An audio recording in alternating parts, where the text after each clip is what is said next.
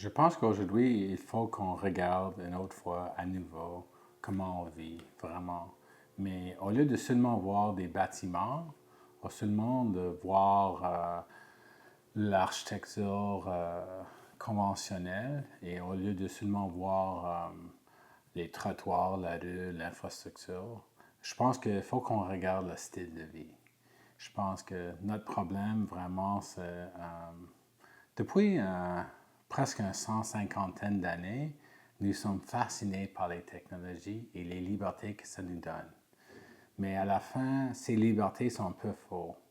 Euh, un exemple, c'est quand nous avons finalement eu une voiture abordable, on peut développer des banlieues. Des banlieues, ça veut dire un étalement, une construction qui est moins dense. Ça veut dire que le nombre de personnes qui demeurent dans un quartier est réduit. Et donc, c'est chouette dans un sens pour une partie de la population qui ont de l'argent pour ça.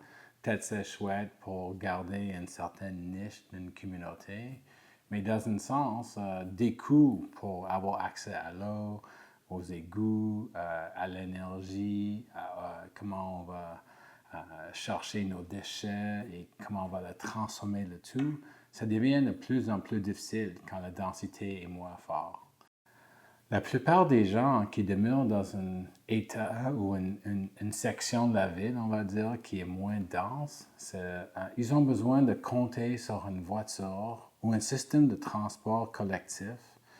Pour la voiture, ça cause beaucoup de problèmes au niveau de pollution, mais pas juste la pollution qui sort de la voiture, mais toute l'énergie intrinsèque que ça prend, des matières de base qui ne sont pas renouvelables pour construire la voiture et finalement, à la fin de sa vie, pour les déchets que ça nous donne. Alors, ce n'est pas vraiment juste la voiture.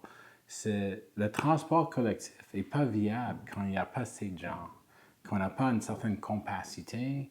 On ne peut pas, dans un sens, avoir une qualité de vie, qu'on a un autobus plus que chaque 30 minutes et qu'on peut avoir juste un certain plaisir de prendre le transport collectif au lieu de des frustrations.